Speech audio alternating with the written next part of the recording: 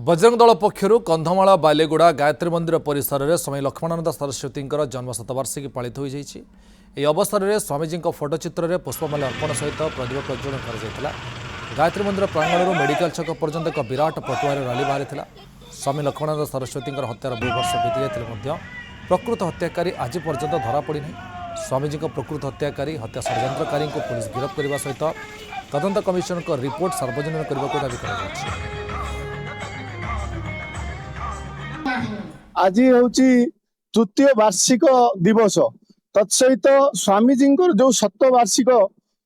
जो जन्म शतवार्षिक सारा ओडिशा वर्ष पालन होउची। आज अंतरराष्ट्रीय हिंदू परिषद राष्ट्रीय बजरंग दल तरफ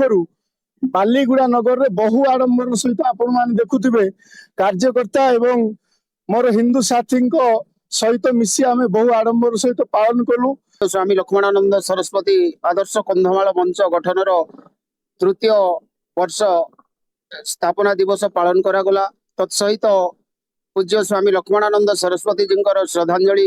दिवस मध्य पालन करागला और अखंड भारत जो कार्यक्रम रही से शेष सप्ताह दिवस को आम भव्य आकार एक